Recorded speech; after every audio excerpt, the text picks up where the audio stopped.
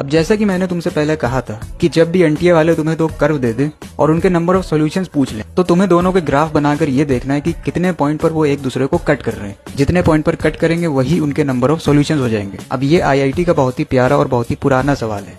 इसको करने के लिए हम ग्राफ बनाएंगे, बट ग्राफ बनाने से पहले हमें कुछ आइडिया होना चाहिए, जैसे कि वो कहाँ से स्टार्ट हो रहा है, मिनिमम मैक्सिमम वैल्यू। तो चलिए शुरू करते हैं साइन के साथ। सारी दुनिया जानती है कि साइन x की वैल्यू -1 से 1 के बीच होती है, और अगर मैं इसमें 2 मल्टीप्लाई कर दूं तो इसका एम्पलीट्यूड जो है वो -2 से 2 के बीच हो जाएगा।